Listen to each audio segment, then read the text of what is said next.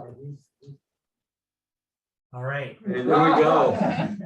So, and I know we're waiting, hopefully Peter will show up, but I just want to start things off before I turn it over to Megan. And I think probably just everybody knows each other, right? Should we do a round of introductions? If we don't know each other by now. It's way too late. Is there, maybe we could just do a quick something, how you're spending your, something you're spending your time on these days? Just to kind of bring everybody here and then catch everyone up short in a very quick way for the last 20 years. A 20-year recap. Well, just something you In like, 2 sentences. something you like to spend your time on now, or something that you're proud of. Greeley, you want to start us off? I am making a poetry book and keeping up with my movies and the joy of this spectacular piece of land I got. Right? How about we go to the Tiptons? Did they hear us? Paul and Janice? I'm fully retired, but fully working as a volunteer at the AGA and with the Watershed Council also, and have a cultural committee going and work with SMART and work with the Friends of the Library. So I'm super busy and loving it. And busy as And always. I'm still Always. involved with the Bridge Historical Society, and I'm on the board of AGA, of course, and I think soon to step into Kathy Rogers' shoes as she's leaving the area. And beyond that, I'm working hard on trying to collect my writings on my Vietnam experience, which is sometimes a good thing and sometimes not so good. But important. Yeah. Yes. Yeah. Bjorn? Well, I did a stint as an officer at the Grange. That's about the most recent social action that I've taken. A real busy homesteading and growing grain. We're almost 100% self-sufficient. We get closer every year. All right. We've had a lot of experience I have during workforce training and accessing various groups around where I don't do too much of that actively anymore, just individually. Have a great time doing that. Beautiful. Why don't we move to Jack? Yeah, I'm Jack Shipley. I'm a 30-year resident here in the Applegate. Still have cows. Had a really interesting experience here 3 months ago. I got knocked down by one of my cows, and I came in and my wife said, "Your left eye is drooping." And my daughter, who's an RN, said, "You need to go to the emergency room right now." And I ended up having a torn carotid artery. Oh, wow. And I just had my last CAT scan done this last week, and they said it's totally healed, and I dodged the bullet. Wow. It's not been my time yet. Good. Glad.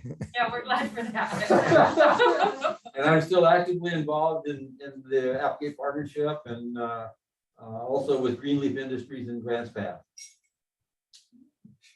You're also busy. How about you, Hazel? Oh, God, yeah. So I'm setting up a social forestry course right now, and I'm gonna go back to it in a couple of hours. We're gonna do an outdoor course, and I've been at Wolf Gulch now for 23 years and making charcoal and teaching social forestry, and I've got a contract for a book with Synergetics Press for social forestry. So I'm not dead yet. That's Far your from feed. it, yeah. That's the feed.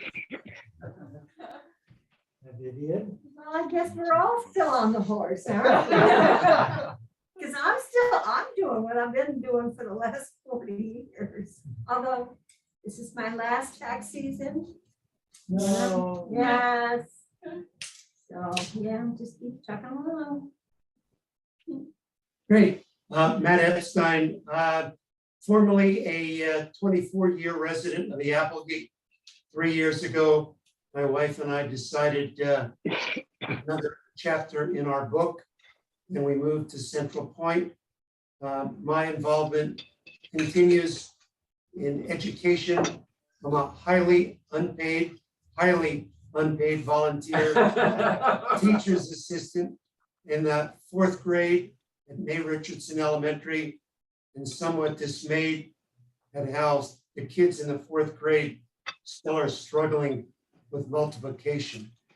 In my spare time, I've taken on another highly unpaid role as chair of our homeowners association, a small group of only 129 homes.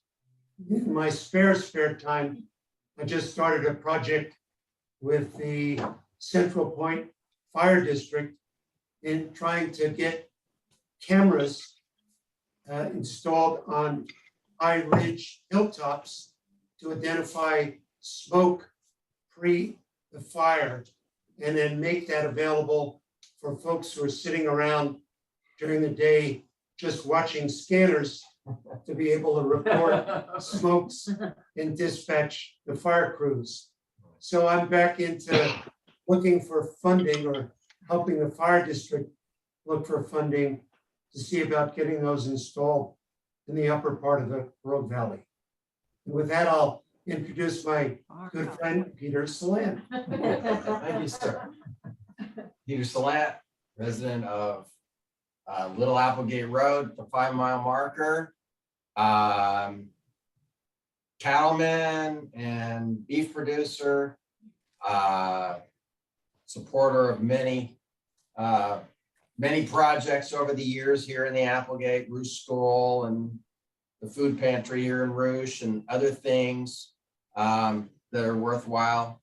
Obviously, the A Greater Applegate too, and looking forward to talking with all you folks today and what we can come up with. All right. All right. You want to introduce yourself, or should we? Well, Yes. Yeah. Okay. There's only a few of you who never met, but my name is Megan Fairman. I live in the Little Applegate as well, on Yale Creek and the corner of Yale Creek and Little Applegate. I think I'm clocking not nearly as many decades as you, but over a decade now. So I feel like I'm moving into the mid-timer range here. And I live with my brother and his husband. They've been running By George Farm and Creamery. I ran the Rogue Farm Corps training program for a long time, which was education and training program for beginning farmers, working with a lot of farmers in the Applegate as well as other areas of the state. And a few years ago, I switched over to do some more rural community building work with A Greater Applegate. So I've been trying to facilitate and mastermind with Seth the community visioning project, which we'll tell you a little bit more about. Yeah, and I'm Seth Kaplan, and I'm the director of Greater Applegate. I've just been here. I'm the junior person. I'm entering my 8th year in the Applegate Valley, and so this is mostly what I've been doing is this. I think maybe I can just kind of transition into, as I'm kind of thinking about my time here and why we have you here. We'll get, Turn it on. yeah, yeah, right. So I am of the same age range as all of you, and yet I think of you as the elders. And the reason I do that is because, again, I've only been here 8 years, and you all have been doing work and living here in the Applegate for decades. And so partly we wanted to get you together, and I know that there's others that we could bring, but you're a good representation of the people who have been here for decades, who have been living and working in this area, and have made the Applegate Valley the place that people like Megan and I wanted to move to and wanted to be part of, and sort of continuing making this a great place into the future. So first of all, we just wanted to honor you, recognize all the work that you have been doing and obviously are continuing to do from your stories so far. And then second, before I just turn it over to Megan, it's just to kind of share that as we've been doing this visioning work and looking, kind of thinking about what we're hearing from people, we've been looking at the plans that have been happening over the last 25 years or so. And we're really noticing that a lot of things that people are saying that they really wish happen or could happen in the Applegate, people have been saying that for decades. And so we thought it was important, Megan and I both talking about this, so it seemed like it was important to get together some of the people who have been here for decades, who have probably been part of those conversations in the past, to kind of help us think about, what are these like really big issues that people have really been wanting, and kind of getting a sense of where the barriers are and the opportunities, and kind of dipping into your wisdom about all that. So I think with that, I know Megan's got more to say, so I would just turn it over to you. And I'm really grateful that you guys are here and that you're willing to talk to us and that you're part of my life. So thank you. Yeah, I'll second that. So we're just gonna take a quick cruise through the A Greater Applegate's work right now, where we are with this vision project, so that you all can see the framework we're working with and where some of those overlap pieces are. And I'm sure you can help identify more. But I'm just gonna pull this up so that everybody can be on the same page. Some of you have been participating in the listening sessions that we've been doing in the community, so you kind of have a sense, but not everybody. And I just want to catch you all up on our process. So I'm going to share the screen.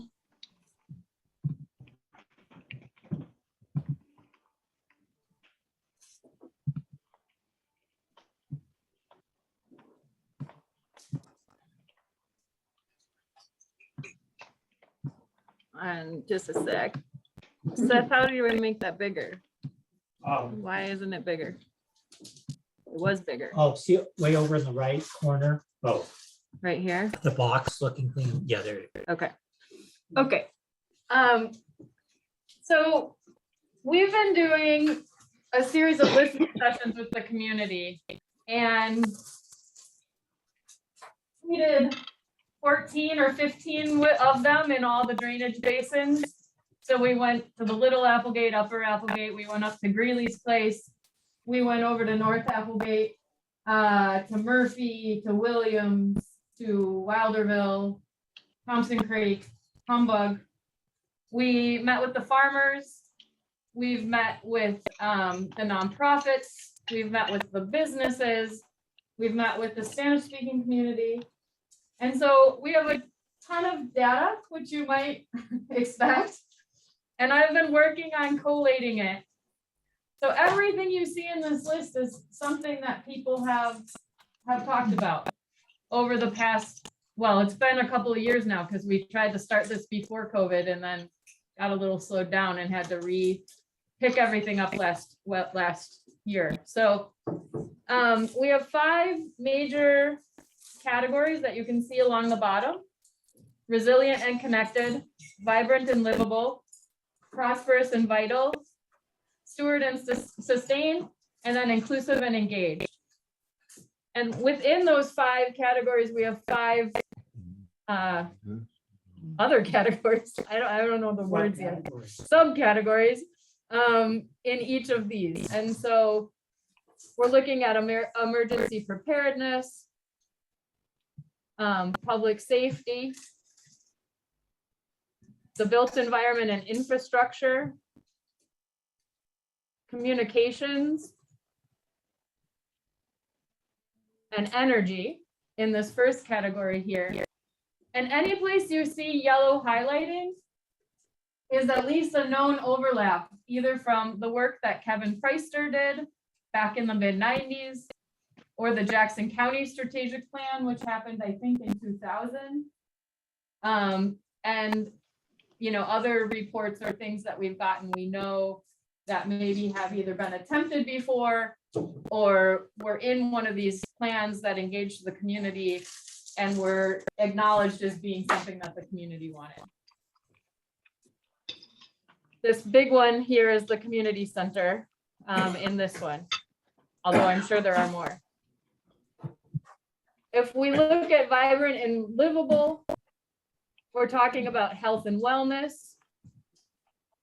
Everything from increasing the social safety net to services to age in place to a wellness network. Transportation, bike paths are one of those things that have been mentioned for at least 20 some years. Turnout lanes and safety speed reduction on Highway 238, especially through the core communities.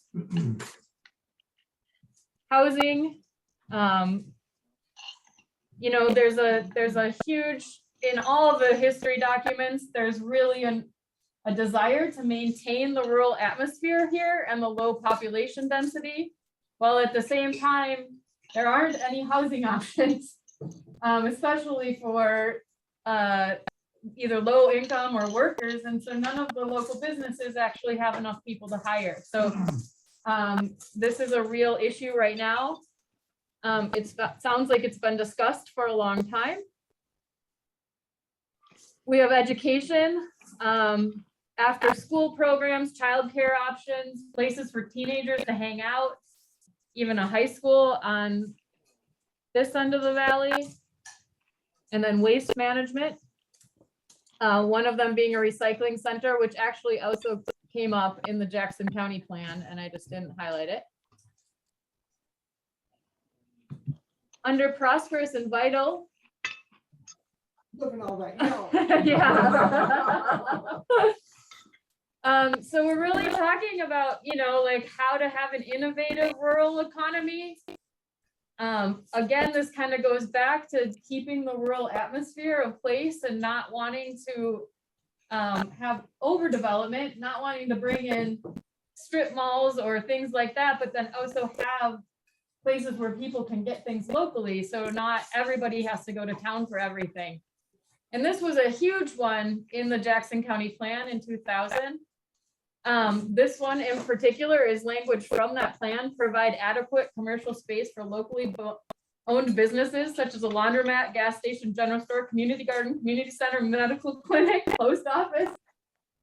Those things have come up in our visioning process. The gas station in Rouge, which once was, still is a longing. We've been working with a consultant on destination management. And so that's looking at how to have soft and community-based tourism in the Applegate.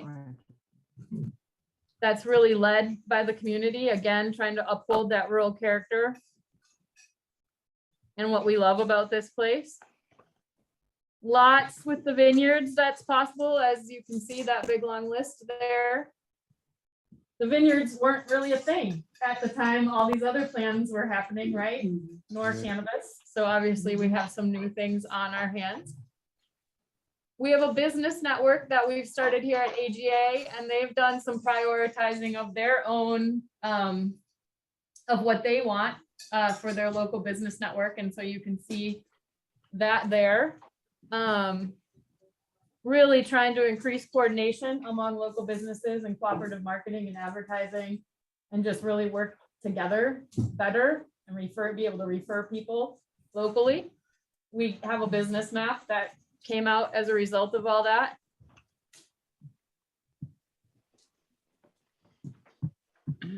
And then an artist network and job matching has come up. You know, in various ways, jobs for teens, attracting wine professionals, you know, different neighborhood listings for available work. I mean, there's tons. People are looking for house cleaners, they're looking for land maintenance, they're looking for folks to help them with forestry projects. I mean, there's so many things, even just in our neighborhoods, that people want and need help with. Our fourth category here is quite a big one. And forest resources, protecting and conserving forest resources.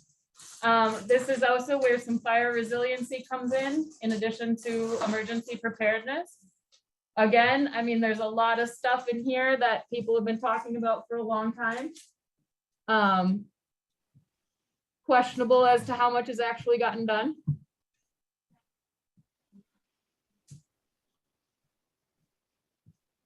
Obviously, water has been a concern also. I mean, all the history books I read and the reports talk about concerns of drought for decades. And we had a really hard year with that this year, at least for those of us not on the main stem of the Applegate River. So this one's obviously also been a big one for many, many years. I thought it was really interesting in the Jackson County plan in 2000, they wanted to determine the carrying capacity of water supply in Rouge. I don't know if it ever happened, but it's written right in there. Our local food and agriculture system, this might be the biggest category of them all for everybody here and now.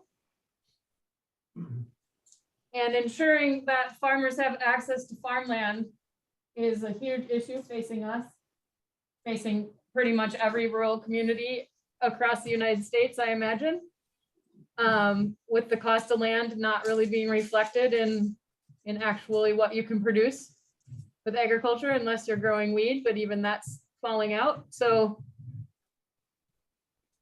you can see that people are really value this about the Applegate and want to see this part of our character sustained as well. That's a big long one. We're having a meeting with the food system, the farmers and the people in the food system in a couple weeks to try to prioritize that list so that it's not 60 some long. We have improved outdoor recreation. This public access to the river, also huge and has been coming up for a long time. The Applegate Wayside there, or Merlet's Cove, as I've also heard it called, has been lost to the community. And that was something people have been asking for, is just knowing how to navigate, how to get to the river. This idea of bike paths on the valley floor, again, comes up in many of our categories, but it also has been coming up for a long time as an alternate means of transportation. We have our plan for climate resiliency, which, as you can see, doesn't have a whole lot, although in some ways I feel like this whole thing is a plan for climate resiliency, and we may be working with Greeley on this piece. He's got some things swirling around in his brain that maybe we'll get to today. And if not, we're going to have continued conversation. And then the last one here is just inclusive and engaged. You know, there's been a big ask for more voice, more ability to participate with the counties in particular. There's lots of feelings. I'm sure we all have them. Community forums, which it sounded like there once were Applegate community forums. There was once a citizens advisory committee. Obviously, there's a lot of land use issues and always have been, and a need for communication around that. We've got community building and neighborhood engagement. There's really a huge ask for more connecting events out here at the neighborhood and community level. All sorts of ideas on what those things could look like. Mutual aid. And age and ability friendly activities and services. We want to support our nonprofits that are doing such important work here, and then promote our local history and conserve our cultural heritage. So that's a look at where we're at.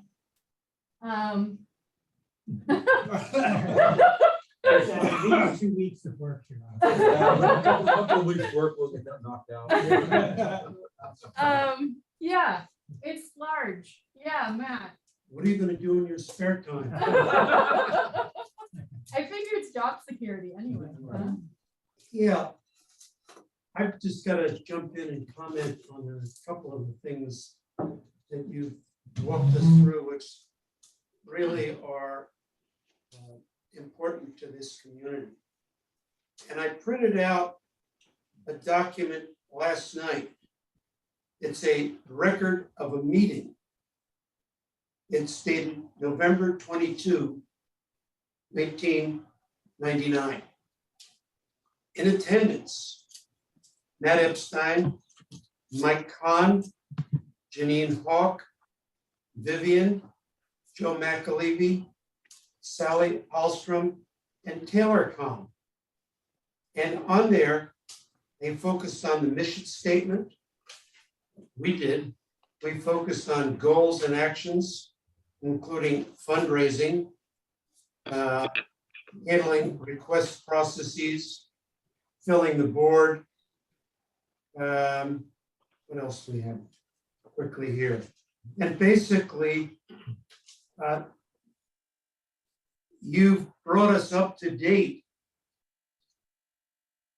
technologically, but I think many of the issues that you have captured through your listening sessions haven't changed. Yeah. I agree. And the question that kind of where I think maybe we might be able to add some value to your input is you've walked us through, Megan, 8, 9, or 10 different broad groupings. What you haven't shown us is the organization chart of AGA, and more importantly, the resources that are currently available. And with this huge basket of opportunities, which are the top 1, 2, or 3 for the year 2022, which is interesting, 22 years after a mini board retreat and a potluck that wasn't as great as these sandwiches. All right then. Yeah, I mean, that's why we're here. We've asked you here today is to talk about the issues that keep coming up. What has been done, what worked, what didn't work, what happened with some of that energy and that momentum, to help inform our process. And Matt, we're not through the prioritization yet. So I can't tell you what our top 3, I can tell you some of the things we're working on that have risen through the process, but we're really going to take this back to the community for another prioritization process to see where some of their energy is to work on it. But that's not happening until the spring. So right now we're kind of having these focus groups and little test sessions with different pieces. You're one of the first to help kind of just put this in context of the past and what's happened or not happened, and maybe help us not run into some of the same mistakes or roadblocks, or help us try to figure out our path forward, so that we may try to be more successful anyway. Yeah, I think, I'll let Jack speak just to, I think we've tried to do 2 things. Partly, I know conversations I've had with you, Matt, and with some of the others of you here as well, is that we actually have staff, which, for a lot of years, nobody did, so hopefully that means like there's some bandwidth, not, like that's a very big list. And we do have to go through this prioritizing. We can't do all of that this year, but some of that's going to take years to get done. But we have a network coordinator now. We have Megan just focused on the vision part of it. We've got somebody just doing our communication. So we've got some pieces in place. but we don't want to get too big too quick because we want to understand what the priorities are.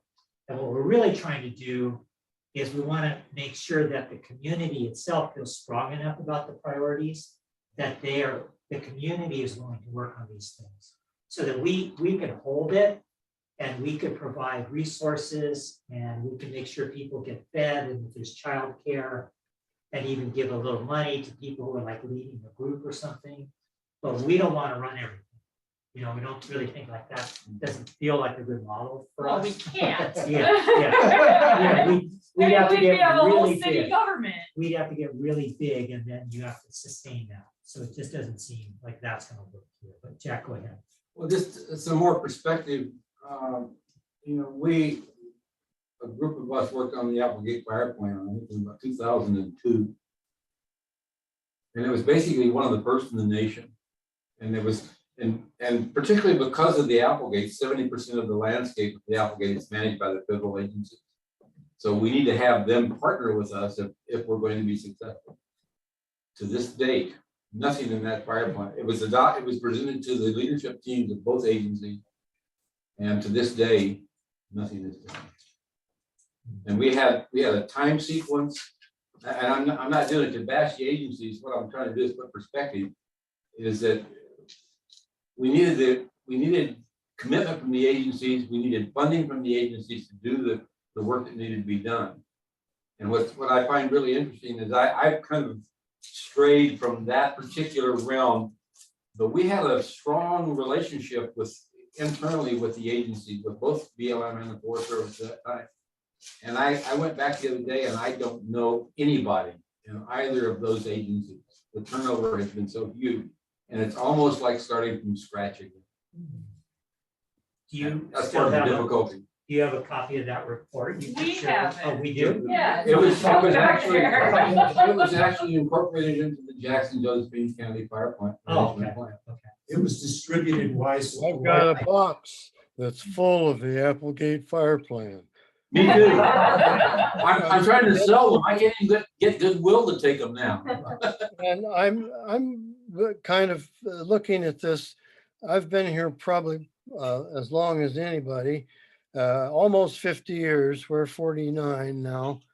And it seems like the same issues always roll around. You just got done mentioning the connection with the Forest Service and the BLM. Matt Epstein wrote the first individual person plan to work with an agency. That was a big idea 40 years ago. That these kinds of things, I think there's something implicit in that they must be reinvented again by each person that comes and deals with jobs, food, shelter, all the basic categories. And it seemed to me that there were a lot of categories that some of these things could be subsets of, and deal with it that way, because we're going to be doing the same work with jobs, training. Now I heard the gas station again. Haven't heard that one go by for a couple decades, but that's, You know, I was struck by, as you're going through that list, how many of those problems, unfortunately, are really out of the control of people here in the Applegate. You know, I'm thinking back when we started the GACDC, the big issue then was how do you, in order to keep the rural atmosphere of the Applegate, you had to figure out a way to make holding on to large chunks of land economically viable. And I remember her name, but she was over up the river a little bit. She says, I feel like my job is to create beautiful scenery for the tourists when they drive through. So I can't make any money at that. But if I've got horses and cattle in my field, they say, oh, how lovely. And then the vineyards came in, and it felt like, oh, there really is a way to have some kind of viable agriculture, and had the sense of, well, maybe that will work. But with the cannabis growing, it's like everything is totally out of control again, and at the mercy of cartels from who knows where, and the economics of real estate, if you have water rights, are so incredibly distorted in the Applegate. And it's just like, how do you move forward with a vision when there's all these other elements that impact such fundamental pieces of life in the Applegate? Yeah. This is what I think about every day. Yeah. maybe. Good question. So many clients come in, it's just, well, I'm hearing their wild stories about the world as it is since cannabis. It's just, and it's always been. I remember when I first moved up on China Gulch, and every third night we hear the water truck grinding up the hill to feed their crop up in the forest somewhere up there. I don't know. So, it's always been here.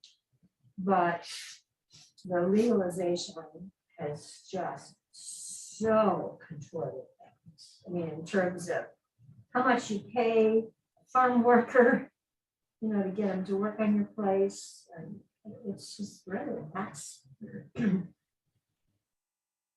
Yeah, I want to introduce an image. And the image is that of an umbrella. And if you were to hold up the umbrella and have on the side of that umbrella AGA, and you took all of our listening session output and put it over that, put the umbrella over that, the question in my mind that existed then, that exists today, is one word: authority. What authority or control does AGA have to implement any of those items? You've got government agencies, BLM and Forest Service. You've got business entities that are trying to earn a living through multiple channels. You've got nonprofits.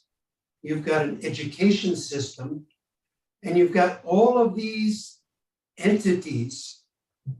And you think about, God forbid, an urban environment where you have some type of authority or multiple authorities. You've got, a county government. You've got a city government or city government. You've got federal agencies who are in partnership, but not really controlled by the local leadership. So you've got a lot of conflicts on control. And part of, I think, the fact that a lot of the issues, and Jack points out the fire plan, which he and Sandy Schaefer worked on 20 years ago, hasn't gotten traction, and the impact of not implementing the observations and recommendations of those plans put the residents' lives in jeopardy. The whole valley. Yeah.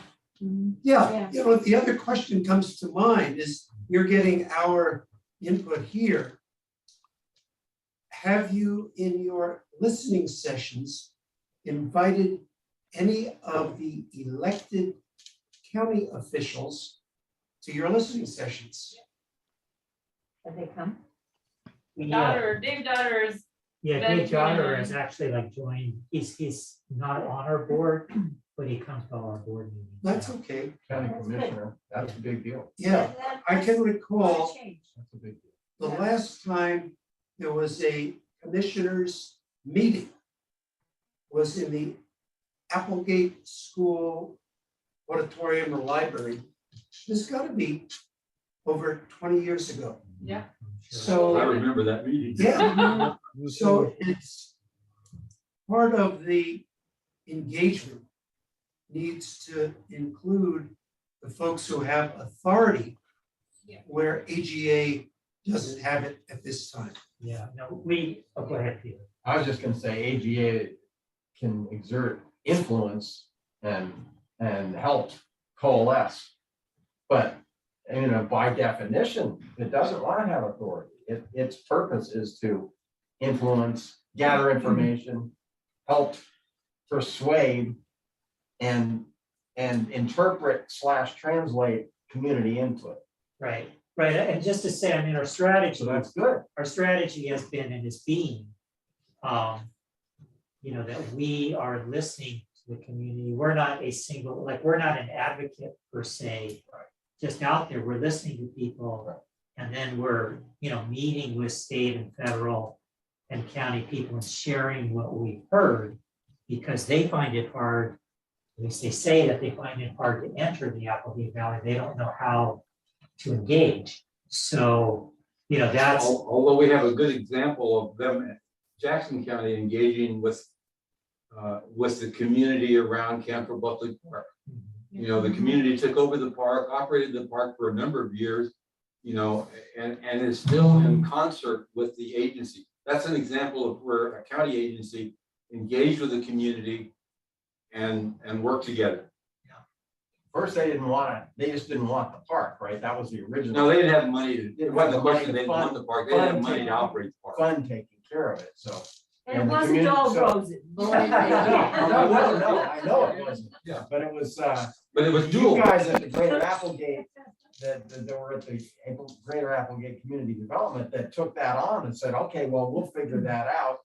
Just let us run it Mhm. so that it doesn't go to heck and just go to shambles.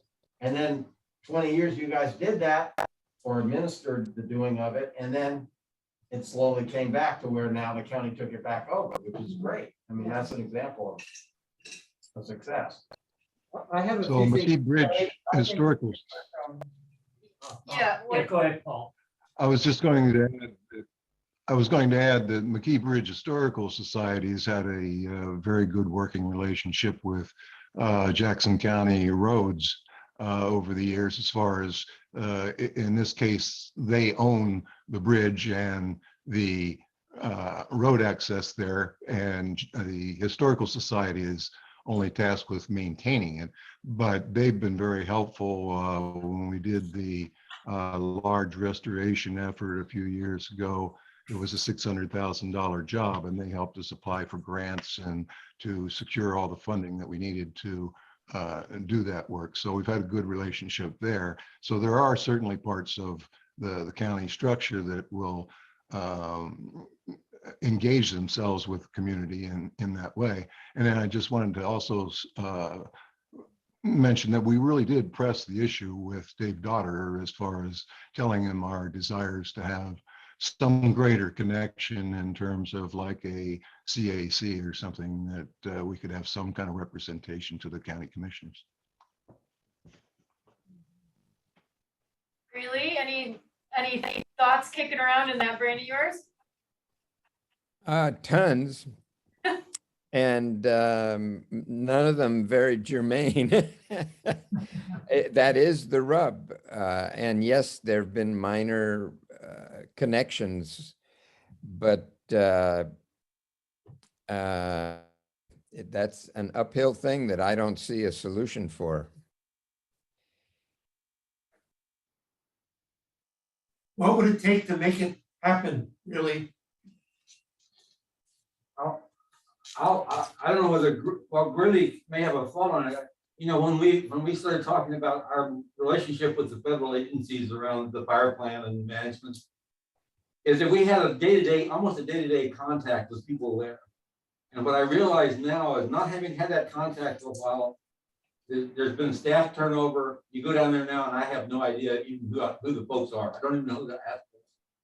And so if we're going to be successful in that, it's actually some group or organization or individuals need to cultivate those relationships all over again. It's literally, we really literally need to rebuild the wheel. And the difficulty that we've got, and back to the fire plan issue, is that the federal agencies had some good money going for a while. Metro BLM had $10 million a year for hazardous fuel reduction. With this last administration, they went down to less than $1 million a year, which didn't cover their costs. They couldn't even maintain what they had started. Yeah. So without the support from afar, we're still going to have a difficult time. And I totally agree with Jack that I think that personal relationship is like the start. Yeah. Okay, I'm gonna try to change the conversation a little bit. So I want to start out by saying, in 1975, I was sitting on a porch in the back of this building when we formed the Southwest Oregon Herb Association. And out of that effort came several large businesses, which are still going strong in the Applegate Valley. Pacifica Botanicals, Herb Farm. I guess I can count Jackson Wellsprings, various farms I've worked on. I've also worked for the Park Service, and I was on the Rogue Institute for Ecology and Economy. I worked with Bjorn on scoping and fuel reduction and stuff. And folks, there's bigger things going on than the agencies and governments we're talking about can handle. And ultimately, it's our coherence as a community that's going to give us resilience and flexibility for coming changes. And this is like magical thinking almost, like how do we do this? But I want to give a lot of praise because there's been this, people have come to the Applegate in order to change the world, which is a very interesting thing, right? Because they come to get away from the world in order to change the world. And out of that has come a great deal of creativity, entrepreneurship, connections, but we're up against really big changes that those of us who are gathered here today have lived long enough to have some kind of idea about what we're up against here. And we don't know what we're up against by the laws of physics, by chaos mathematics, we're dealing with complex systems that are feeling like they're steamrolling us. And ultimately, it's our coherency as a community that's our greatest asset, because we're going to have to make it up as we go. And I will say, we've been making it up as we go for a long time in the Applegate. And I've been here for 50 years to see it happen. So, I mean, I could go on, but you kind of get my ideas. We have resources that are kind of under the radar. They're hard to connect within ourselves, not just connect with the agencies and stuff. And the working for the Rogue Institute was really eye-opening for me, because in the end, they went bankrupt. And the reason they went bankrupt was because they couldn't get any grant money. And the granting organizations wanted to see jobs. If you didn't create payroll, you didn't get any more support. And so again, we're trapped in something that doesn't serve us. And if we want to do better, we have to be more creative. And I think we need to count our pennies. We need to count the stuff we do have and that has worked. And then we kind of need to protect ourselves, like by interconnectivity almost, I think, so that we get this support. And I have felt we have. And I'll tell you, I've taught all over the world. I'm one of the original people in permaculture. I've worked in Native American colleges. I've worked with indigenous people all over the world. I'm one of your assets, and I'm kind of invisible because I'm busy. And all over the world, people are dealing with the same question. I have weekly access to you. So you're Yeah, not- you do. I know. I'm not totally. That's right. But the Applegate Valley is way ahead in a whole bunch of ways. This is real, folks. We're cutting edge as a community. You can't find other places that have made the progress we have made. And what are we complaining about that we keep coming up against the agencies, and the agencies have turnover, and the nonprofits are trying to figure things out. I mean, we have to make this thing up from scratch, and we've been making this stuff up from scratch for a long time. And so I hope I got some praise in there, right? You know, that's what I tried to do.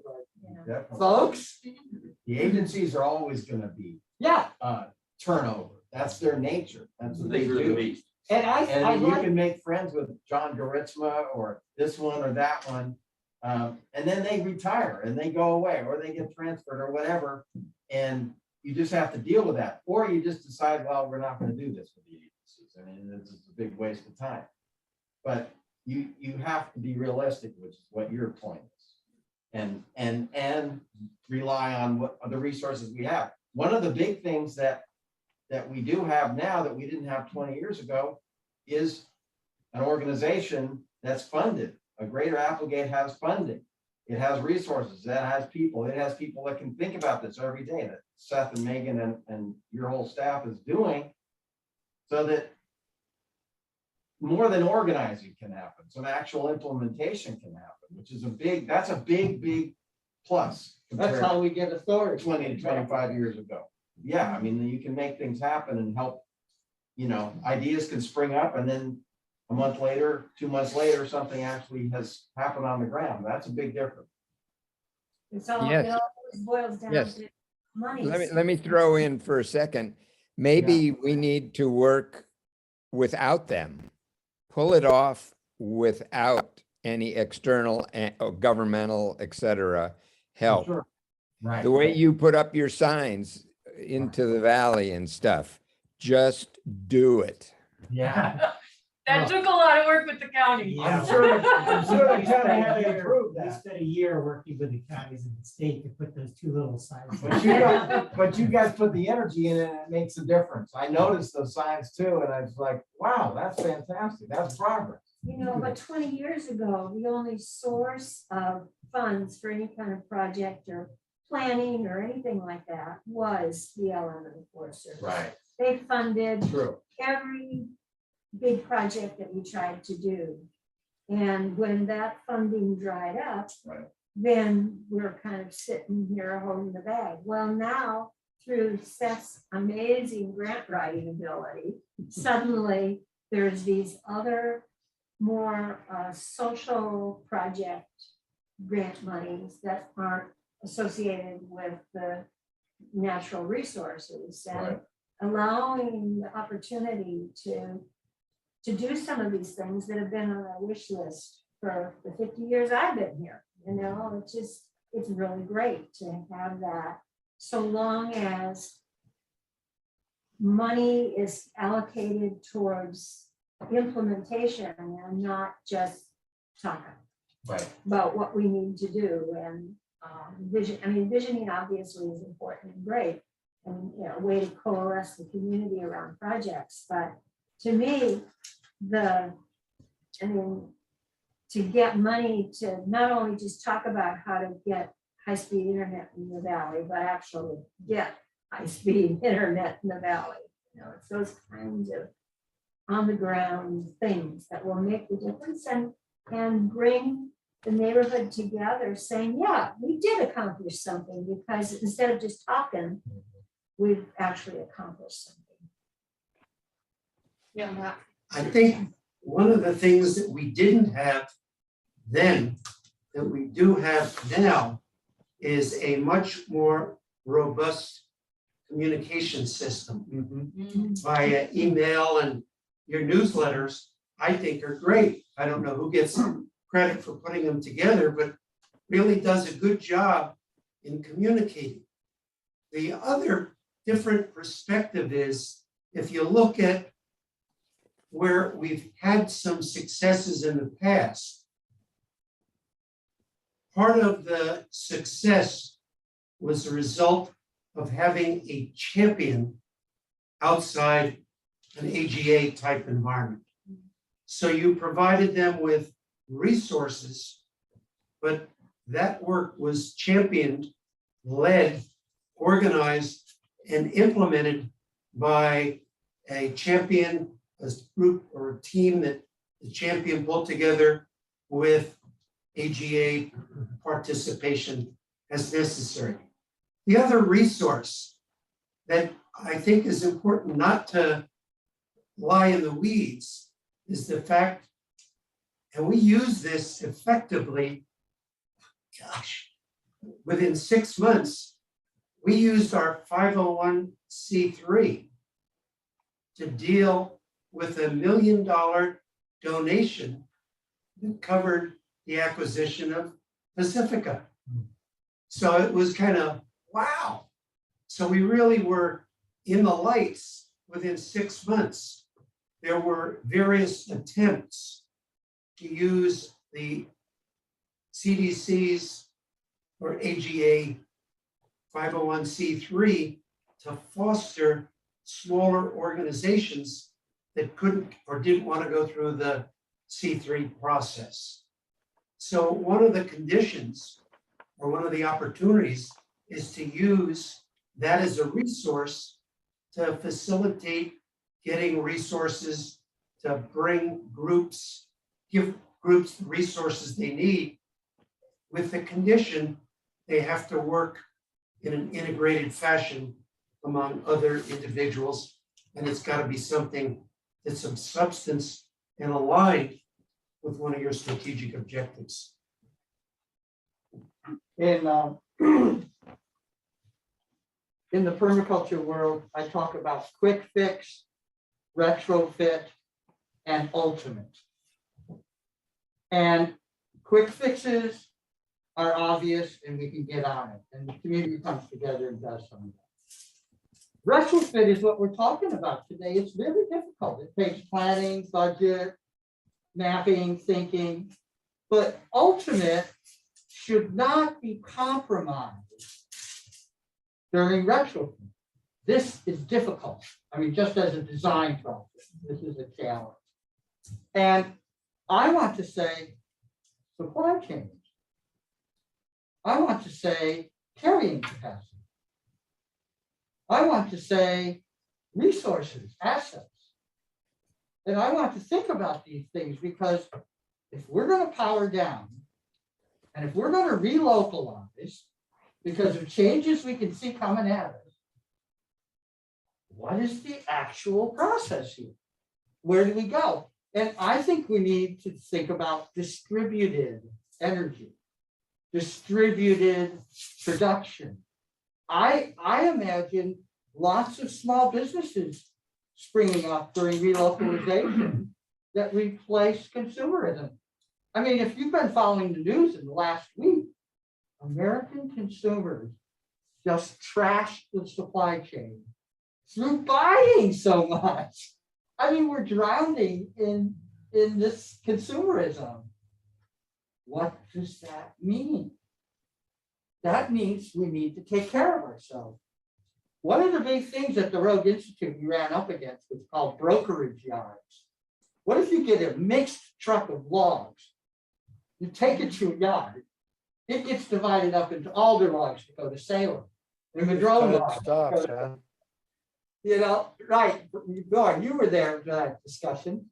And, it turned out the sorting yards couldn't make any money because of middlemen, because of the cost of actually dealing with these things to deliver commodities into supply chains.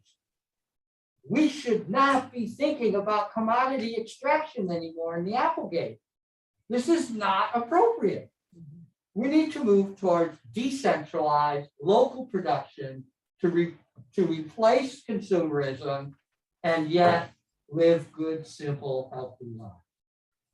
Sorry. This is what I do, right? I hope it That's all, was that's all good interesting. stuff. But it takes,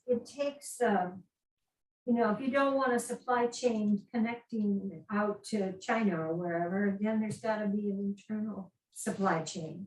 A way of communicating, who's got apples, who's got ground beef, who's got a mess of thyme, that's the tricky part, is to get different modes of exchange going within the valley. And that takes a huge amount to do that. A brave act of faith. Mhm. Yeah. I am so happy to still be alive at this time. This is interesting. I wonder if it's almost pornographic on my part. I'm surfing this, like, what's next? Anybody up there on the screen? Well, let me was throw out, Just let me going throw- to, go ahead, Billy. just let me throw out a couple of things. Go ahead. Loma Katsi, the Gator, Ann, Luke Roediger. We've got some real wonderful things going on in our valley. Like we said earlier, we are a surprising community. We're a far-reaching community. And I just have a lot of hope for us. I have an assumption of success. Good. We're with you on that. Paul, you were gonna say something? Yes, I was thinking kind of along the same lines, but just in terms of the whole general conversation, that we have all been working on this for many years, and there have been many small accomplishments or large, Pacifica or whatever. The fact that AGA is here today is part of all of that those steps have led to today. And the fortunate thing right now is that we have a, 5-6 year cultivated relationship with the Ford Family Foundation. And Ford Family Foundation, as you may know, out of Roseburg, is basically timber money. We're getting the money because they're trying to help timber communities. And we have other funding as well, but the fact that we have that kind of working relationship has been extremely important to us. We're not guaranteed anything at the end of our connection with them currently, but Seth has been, and others too, been real proactive in keeping that relationship strong. And I think that it's that kind of thing that goes right back to our staffing and our ability to reach out into the community and provide grants for small businesses and things of that sort. That we're making some steps. We're definitely making some steps, but as everybody knows and has said, that there's big ones yet to take too. I'd like to add something. Matt and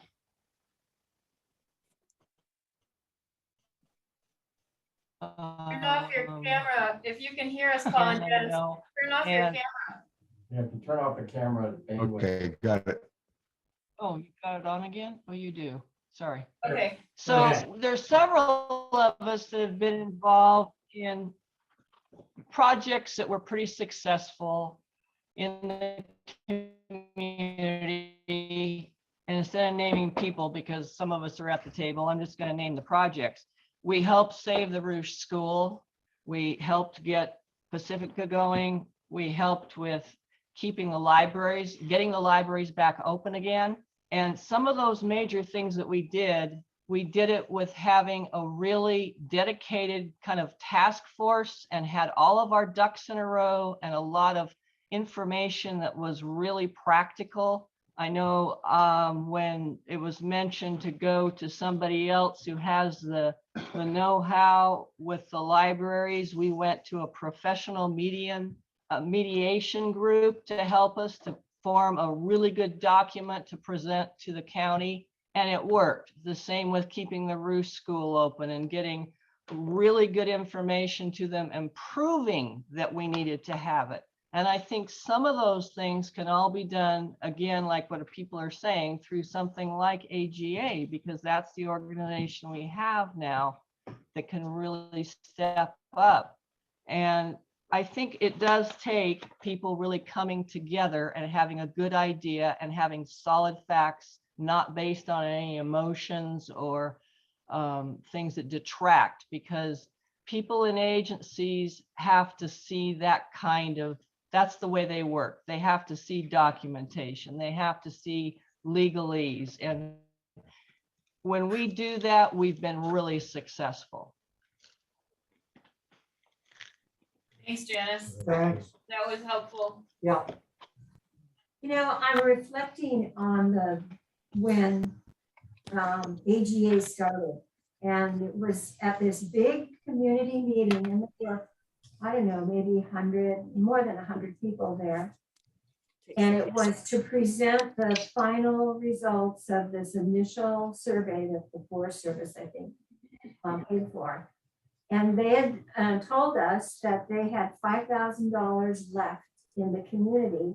And so we gathered to talk about how we wanted to use that $5,000 in the community. And there was a very strong contingent in the group saying, let's have this amazing party. And then cooler heads prevailed and said, well, why don't we just get representatives from each community together and see about maybe doing some long-term thinking, not have this big party. And that, of course, was the start of the GACDC, because we took over the 501c3 from the community center, and then, you know, of course, went on from there. But sometimes the temptation to think short term and just blow it all is pretty attractive. And I think one of the things that the Applegate Valley has is some cooler heads that were willing to look long term and put in some energy to figure out how to make our lives better as a community. I think that's probably the single gift that we have in this community, is a sense of being part of something. We're not just isolated on our property, or we're not just neighbors with half a dozen folks who we can see from our kitchen window, but we're part of a much larger community. And that sense of identity, I think, is what makes us able to move forward together.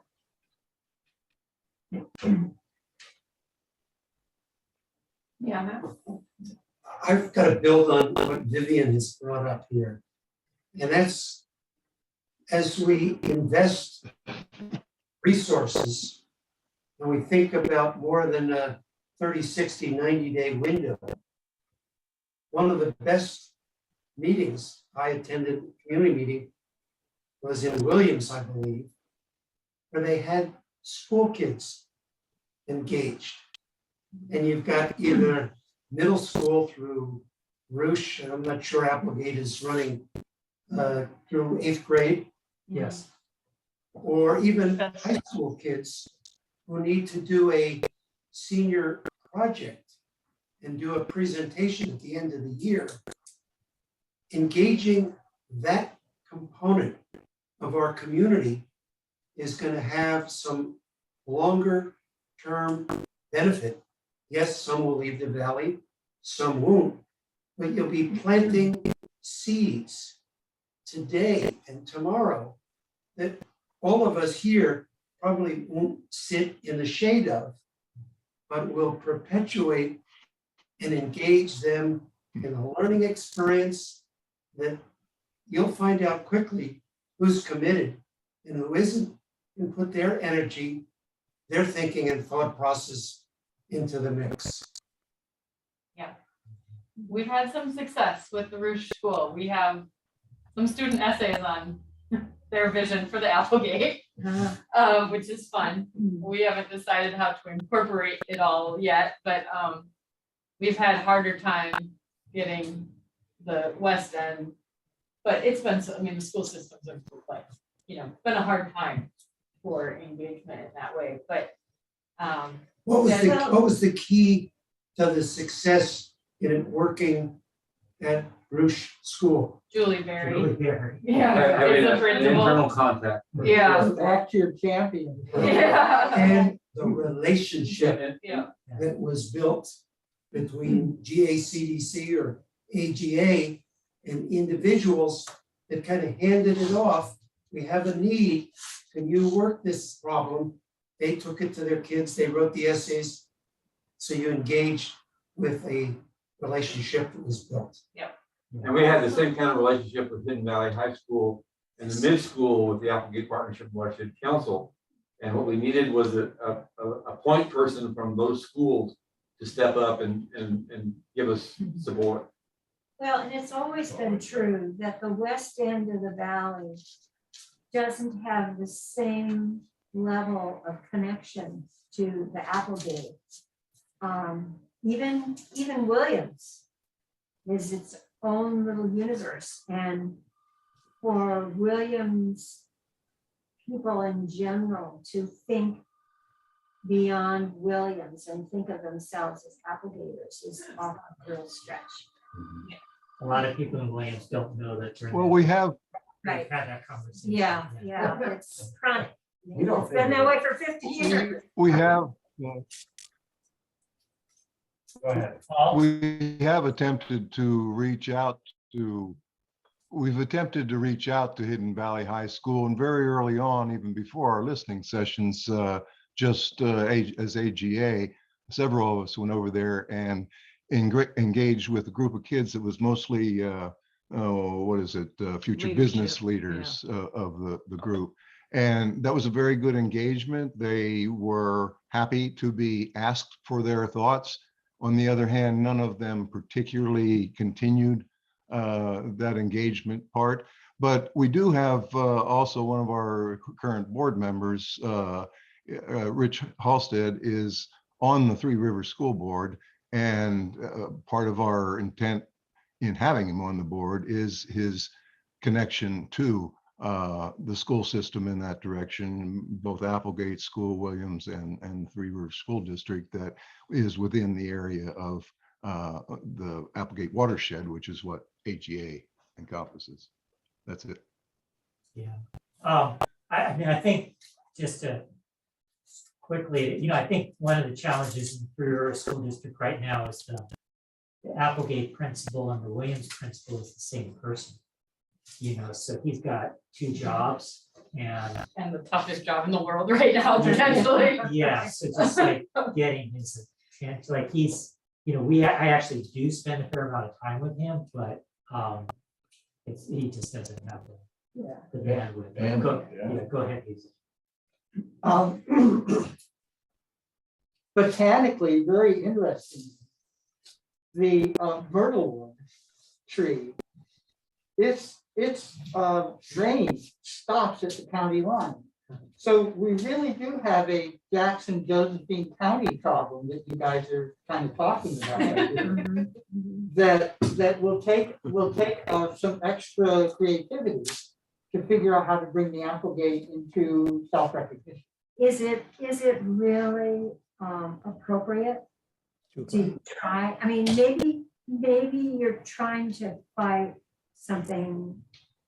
I mean, if there's no natural link, why are we trying to?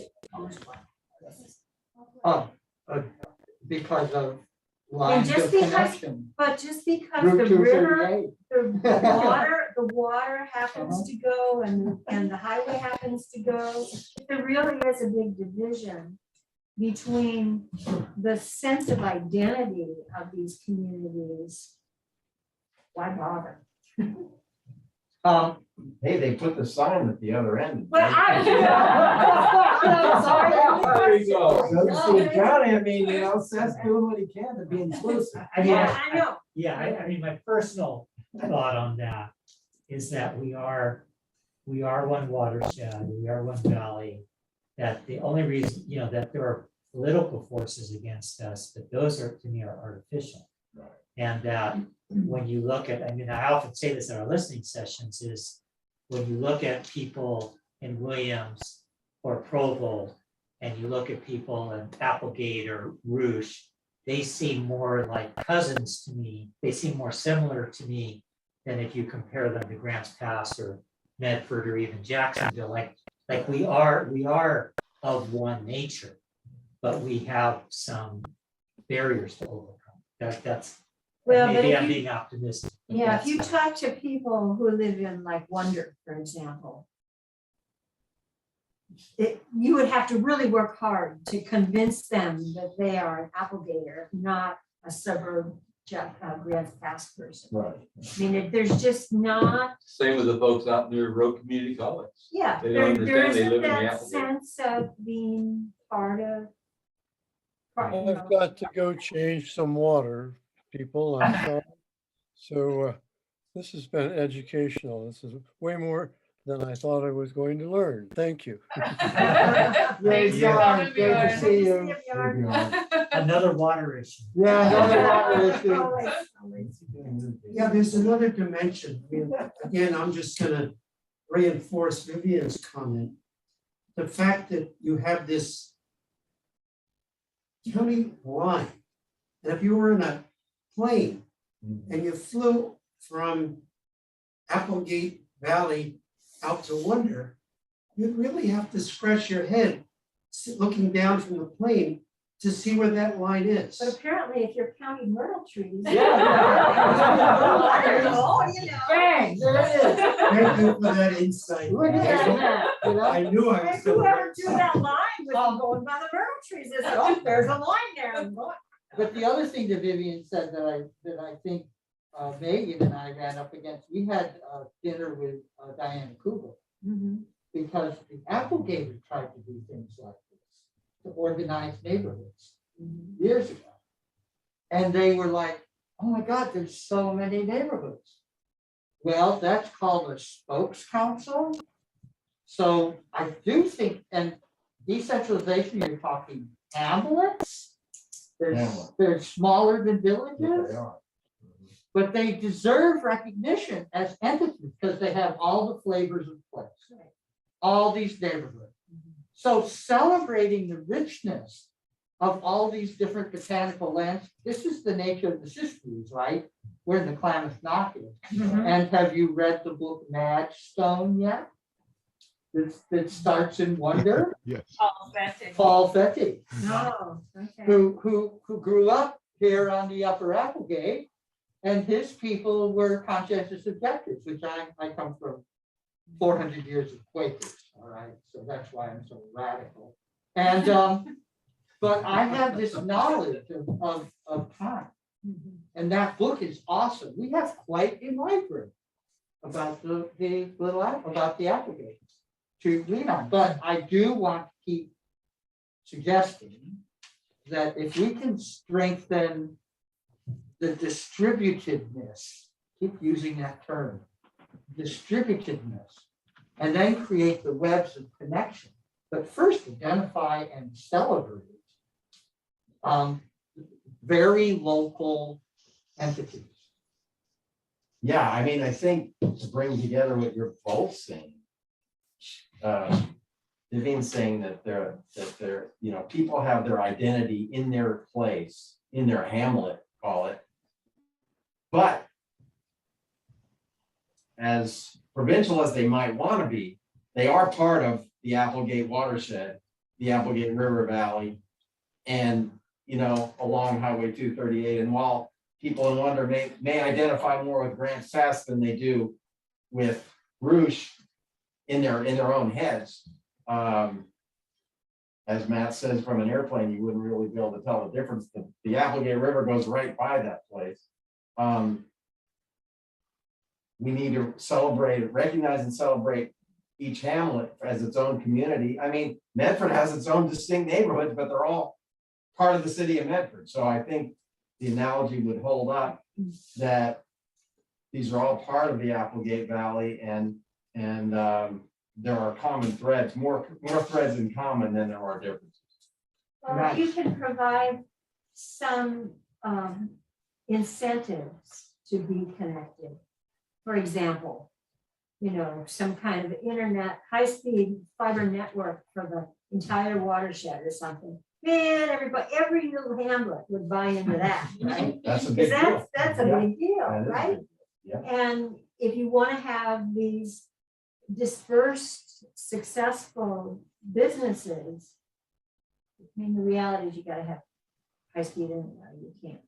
And, but it would be that kind of value that AGA could offer these more isolated communities, particularly to the west end of the watershed, that Well, speaking would of be that, attractive. there is, I think the American Infrastructure Act does have funding for rural. That's part of the rural high-speed internet, rural funding that we should be able to get. I mean, it might be a year or two down the line, but at some point, there's gonna be incentive for these fiber companies, whether it be Hunter Communications or Spectrum or whatever. So they're gonna have incentive to actually run fiber optic cable on the Little Applegate Road and onto the Williams Highway and onto these places where there is no fiber. We're actually talking to them right now about that. Yeah, I mean, I can see that coming because there's gonna be federal funding for that. So all of a sudden, there's gonna be But competition. there, and that wouldn't be the only thing. Which is great, but that's a big, AGA can offer No, of that course. would make all of those hamlets feel more connected and give them a sense of power by being connected, where they can accomplish more by joining with the other hamlets who have the same kinds of people living there with the same kind of goals. I'll say that the Murphy listening session, Mhm. which probably not surprisingly was our hardest, really the only hard one. Right. The rest of them were kind of a kick and very enjoyable. Murphy was very hard because mostly, well, the people don't have the buy-in. I think they feel very disconnected. If they go to 238, they turn left to go to Grants Pass. They don't come this way almost ever. They weren't connected to our food and farm system.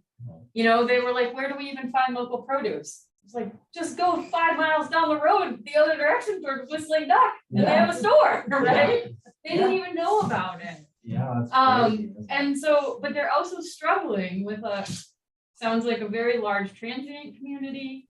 They have a lot of things happening at that end that we don't necessarily get all of the consequences of in some of the special places that we live. But I think if we can provide that incentive and we can provide those connections, they might be tempted to turn this way and start interacting.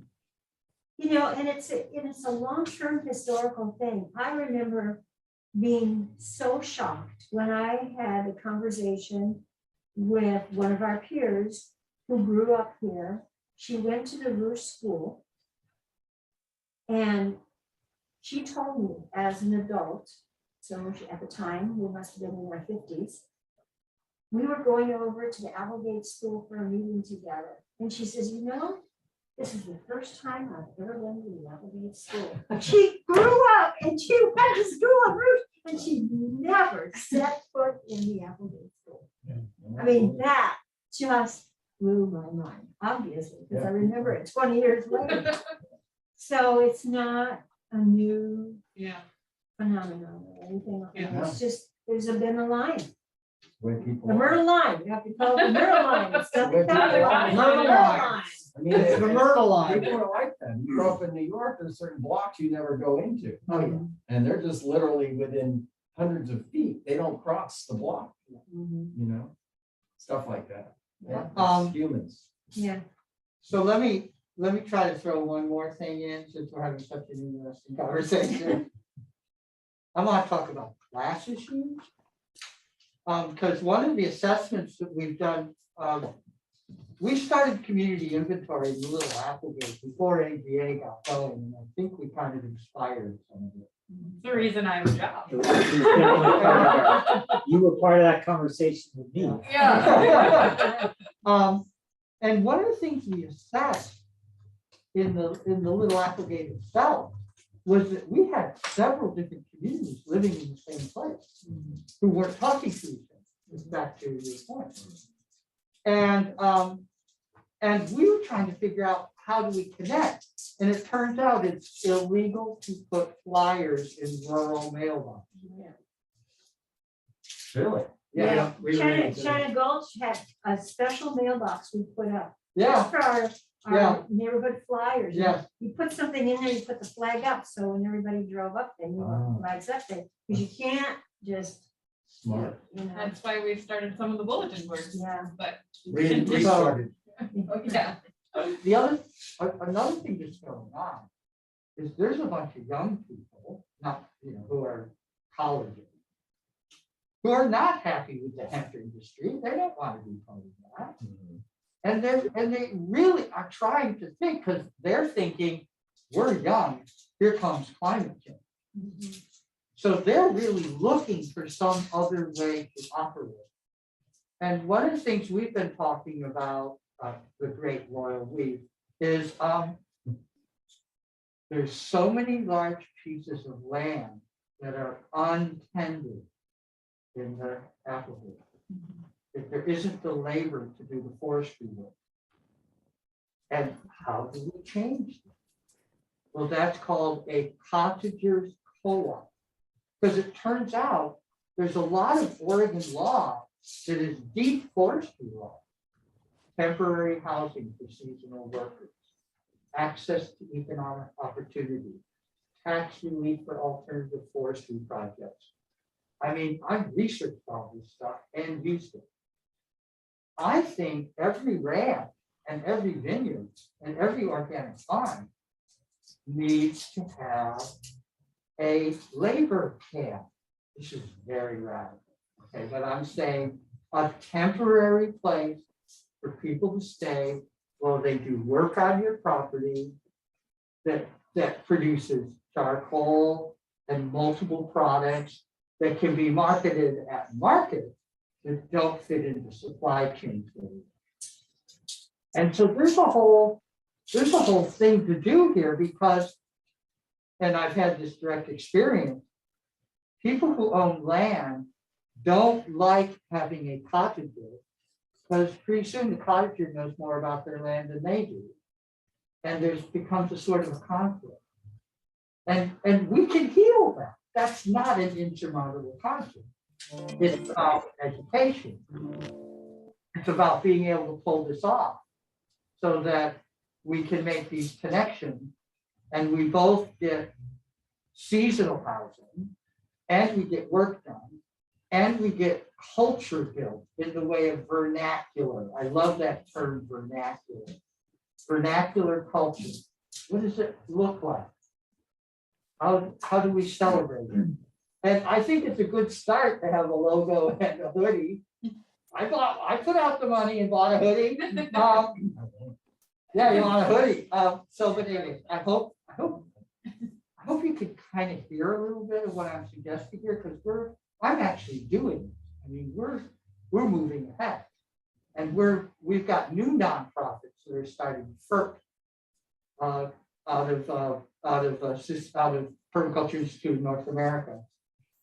It's a forest ecology restoration project. So then we've got community burn associations. We didn't used to have those, Jack. These are very interesting because we mentioned Luke Rudiger, who actually was an apprentice of mine in the 90s. He had to stop doing forestry work when a controlled burn he was running crossed the fence line. And he got sued by the neighbor, and that was the end of his business. So that's a problem. Because we need to cooperate across class lines, property lines, county lines. How do we do that? We have to tell a story.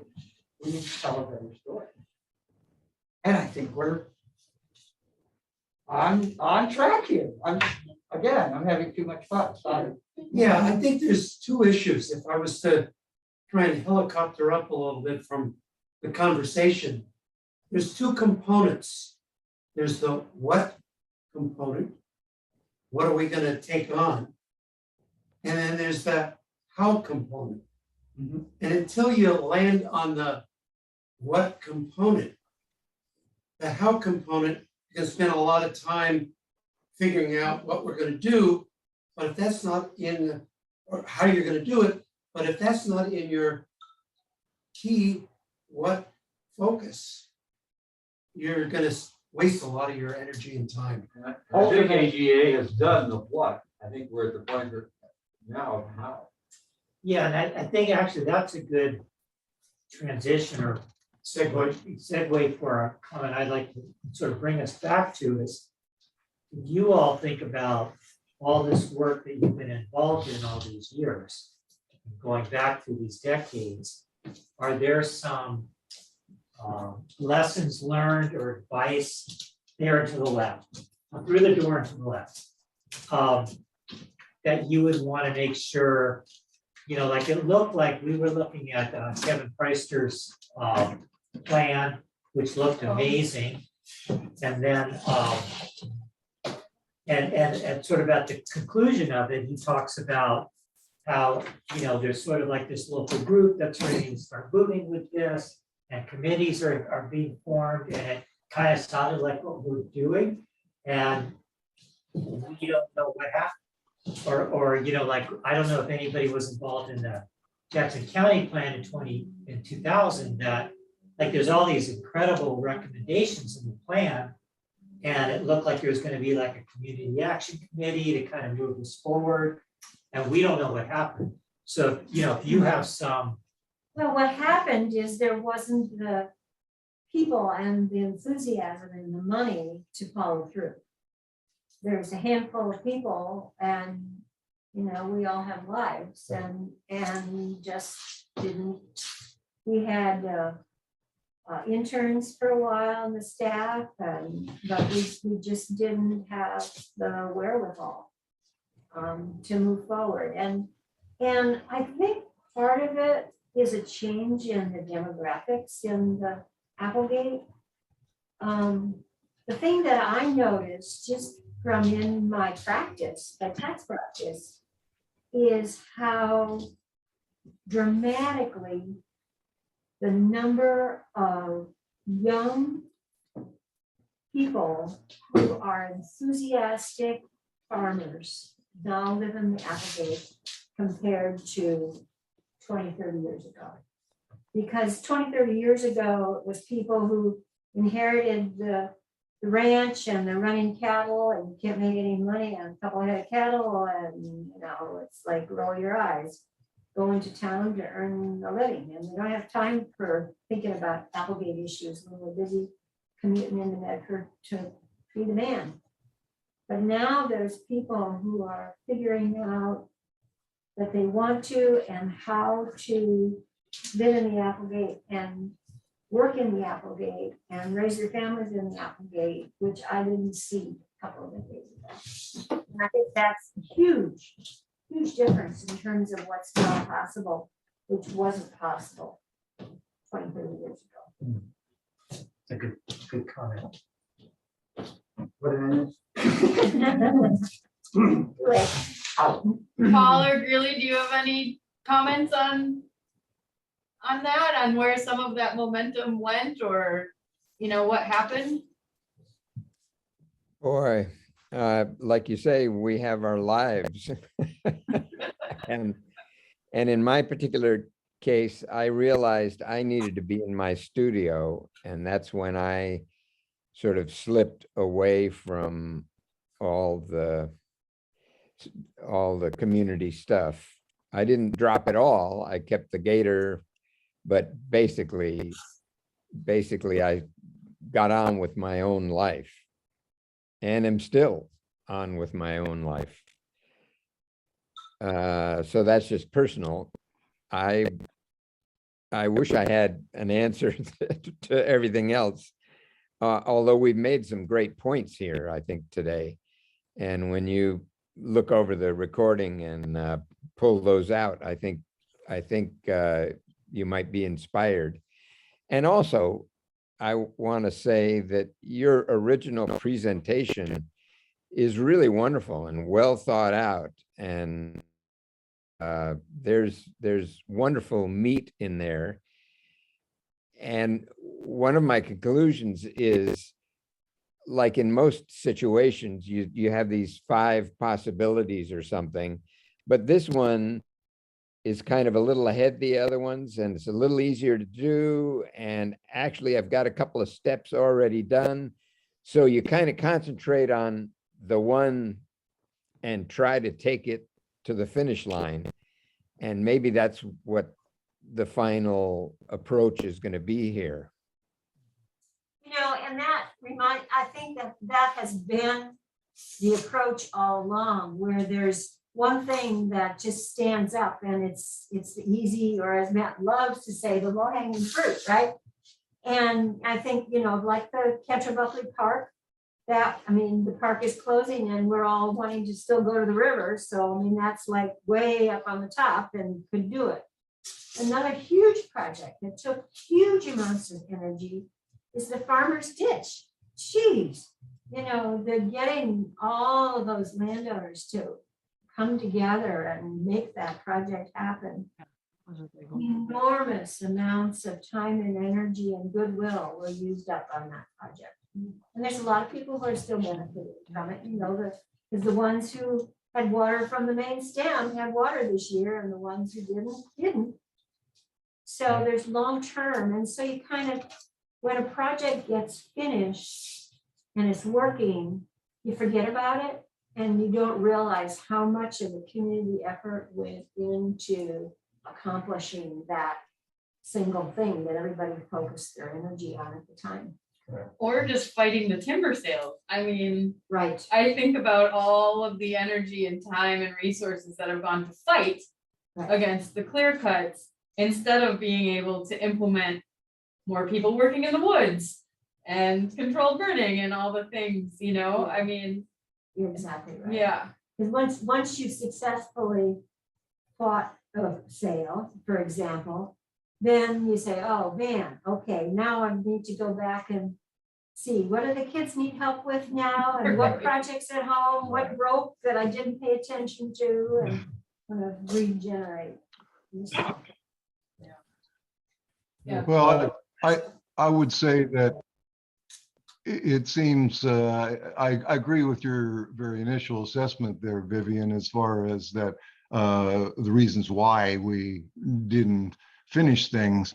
And I do still want to just push that I think we're in a better position than ever before, that we've made all these little steps that, it's coming back in people's memory. Oh yeah, we did that. And oh yeah, we did that and that. And so I really have to feel positive as far as what we're doing at the moment.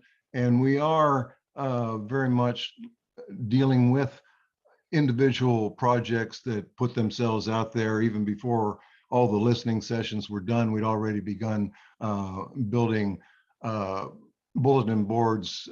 Particularly the first one was up in Buncombe, and we've done another one as well here on Humbug since then, before we even got all the results of the things in, because it was something easy, something that didn't take very much money or energy to do, but could show some sense of accomplishment. The same with the signs that went up at both ends of the valley. And we're just trying to make a presence and let ourselves be known as the ones that are trying to do something with all of that. We still suffer from the very same board problems that have always existed. We're just right now a couple people short in the next few months probably on our board, and we're actively seeking more board members. And we've been fortunate to have a few younger people involved, but it's really difficult for, and we'd really like to engage that part of the community, the people that are going to be here after their kids grow up and move away or whatever, so that, you know, they can be part of it. But there's that continual problem. You got to be out there making money, putting food on the table for the kids. And yeah, shit, I don't have time to go to another meeting tonight or whatever. I really truly had to back out of things like Greeley said of, at a certain point, I was very involved with the forestry thing with Chris Bratt, but backed out of it because I had to make money and do the family thing. And, you know, as soon as I could, I've been back into it, but it's a real thing as far as, and I don't know the answer to that. That's a real crucial thing too, as far as getting the right kind of board members too, is in terms of being diverse culturally, or what people know about or think about, and we're trying to do that as we go on. But it is that's one of the real difficulties still. That's it. Yeah, I mean, in general, this is just a thought I've been having. When I'm worried about succession in the Applegate, you know, the stores, the few stores we have, the lodge, Vivian, you know, I'm worried. You all have clearly demonstrated how much you hold still, how much you've held over time, and what happens if we don't renew and teach and mentor and bring up people of my generation, but also younger than me. You know, how does this place carry on? What happens if the Rouge Country store closes? Like, that terrifies me. Not because I think it's got, I know. I mean, I understand, but like, for some people, it's their lifelines of this community. And, you know, the deli, even just the deli closing was a bit of a hit. So we don't have time to go into that today. It's just something I've been rolling over, and I think something as a community, farmland, farmer, you know, succession is a major thing. And so if And I you're think thinking, that's what's really good about the network situation that you're working with, because you're getting people engaged as part of what they're doing in their everyday lives. If you've got a small business here in the Applegate, you're so focused on that. But a way to enhance that business is to network with other local businesses. And so you can find the time and energy to put into that, because it's directly relates to something you must do every day. And I think that's the key to getting the next generation, so to speak, engaged, is go to them where they are, at the schools, you know, where they're engaged in trying to raise their kids, connect with them through their kids, through their business, through their, you know, because the time is so limited. Yeah. Especially these days, people are just hanging on by their fingernails just to get through the next mask mandate. It's like, do I have to quarantine my kids this week, or can we function? yeah. Appreciate that. Yeah, 2 points. One is a perspective. We have been here only a year or two, and I saw signs throughout the Applegate, going over towards Applegate along the river. Are you one of us, or are you one of them? And I never knew who us Who's and the who us, them who's was. the them? But what you're hearing is one of them 20 years ago, bringing back some memories, sharing some ideas and insights. And who is the them that you're looking to serve? The second point, I'll take you back to January 1, 1974. The flood situation. And go back to the year 2000. Quartz fire. 2001 Squire Peak fire. And I developed a theory based on those three incidents. It's called the 4C theory. And that's crises, cause, communities to coalesce or come together. So we've got examples. Coming together is manifested in the work that Jack and Sandy did on the Applegate fire plant. So that flood brought together a small segment of the Applegate, but we had Red Cross out here handing out meals. We had Buncombe underwater. That whole strip along the Applegate was impacted by the crises, and it coalesced. I'm not suggesting that we create another crisis, but look for a way through an activity, an event, not the border fair, to get the community to coalesce. And it may be just 2 or 3 neighborhoods instead of the whole length of the river, but somehow find the spark plug that's going to impact the well-being, livelihood, and good health of families and residents as a coalescing theme. Well, that certainly reminds me of a crisis that created the community forum, and that was the fellowship. And the severe impact for a while of the traffic caused by the fellowship. And the shutting down of the fire.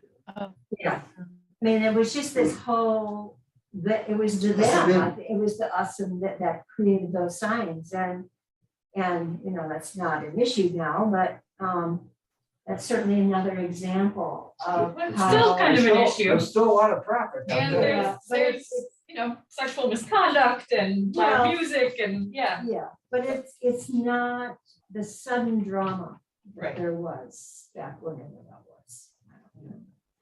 That's, I mean, that's awesome. Thank you. Those are awesome things to think about. Does anyone else have closing thoughts for us? I want to respect your time and just Yeah, I need to feel go. very appreciative. Yeah, I have a question. As the 2 representatives from AGA, short term, what's your takeaway from 5 of us rattling off what was 2+ decades ago? Well, I mean, I could say, actually, the 7, 8, 9 of you, is it 9?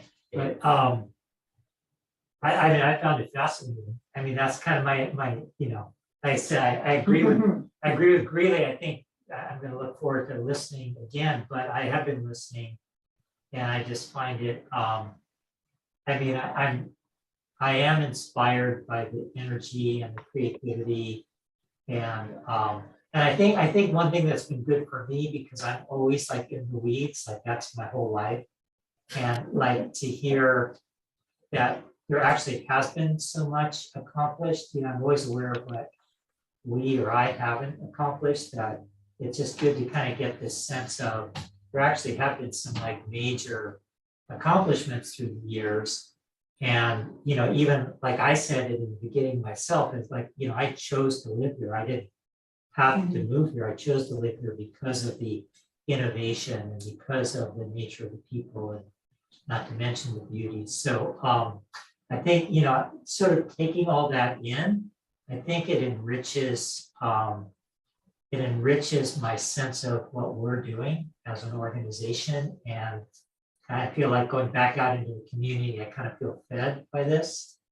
Which is great, because we need stuff to stay fed. No, you know, it's a two-way street, because Yeah. when you put a lot of energy into something and you know that your time is up, you like to think that there's gonna be somebody carrying it to the next step. And so for me personally, I am so grateful that AGA is thriving, has gotten money and energy and all these wonderful projects. Never mind that the list is, the list is always going to be long. But that you can build on some of the things that some of us have put so much energy into. Say, okay, I'm good with that. Go for it. That feels good. It's not just stopping. Yeah. It's moving on to the Continue. next. You feeling the continuity. Yeah, Yeah. it feels really good. Yeah, I think for me, this is what inspired me to come to work here was the neighbor connection between neighborhoods and what I feel in the Little Applegate. I wanted to have that kind of connection and cross-pollination with other neighborhoods because I knew that, more or less, some of them have tighter knit communities than others, but I wanted connection between them. And I think talking about the hamlets and the spark that you just talked about and trying to find a way to do that at the citizen level, just bring people together. And it was very clear in the listening session that people want that. They want more events and ways to come together from neighborhoods all the way out to maybe even at the bigger valley level. And so I feel a little bit more inspired there again to think about those ideas. And, the list is long. Some of it will probably, they'll be having the same conversation in 20 years. Yeah, right. Yeah. And I'm not gonna worry too much about that. But I want to find where the energy is in the community for us to continue along this characteristic Applegate way of taking care of each other. Great. Two thoughts. Yeah. There are other communities around the state that are probably gone through the same issue that AGA is going through, struggling with it currently, or have gone through it and have had some successes. Have you thought at all about going through Ford Family Foundation as a contact point to get to those communities and find out how they address the multiple plans in line with their strategic objective and use their resources across the state and see what can be developed or gained from picking someone else's brain. Yeah, we do Ford is awesome that way. They actually pay us, give us money to be a part of that network. Great. So they bring all their communities together. The other thing that Ford did here was at least 2, maybe 3 leadership training programs.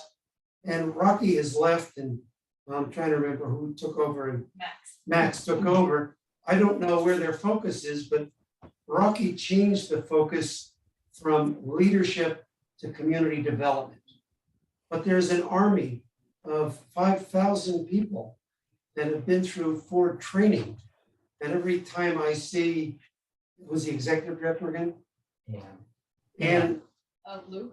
no, No. No, Oh, and I want to say Killian and what's my anyway, name? no, and when are you going to engage the army?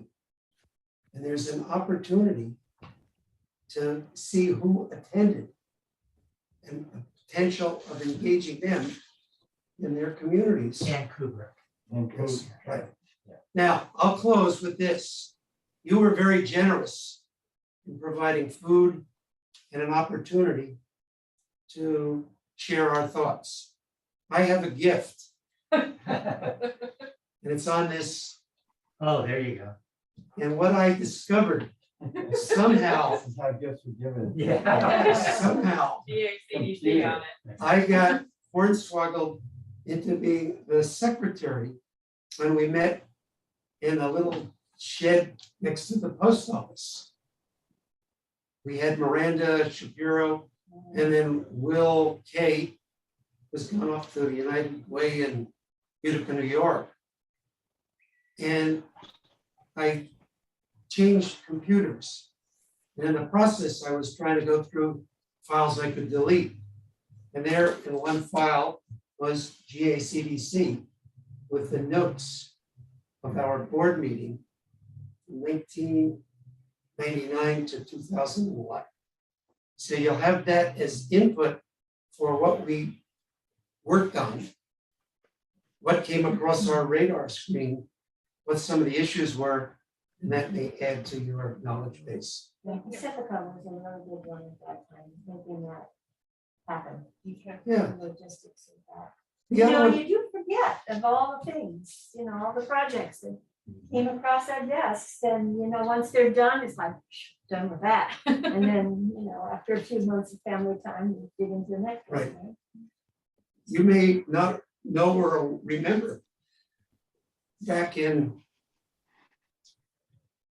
99, which is, this is 23 years ago, we threw a recognition event for Dick Troon, who was still alive, and Barney Smith, the Applegate Winery, Yeah, and the Wisnowskis.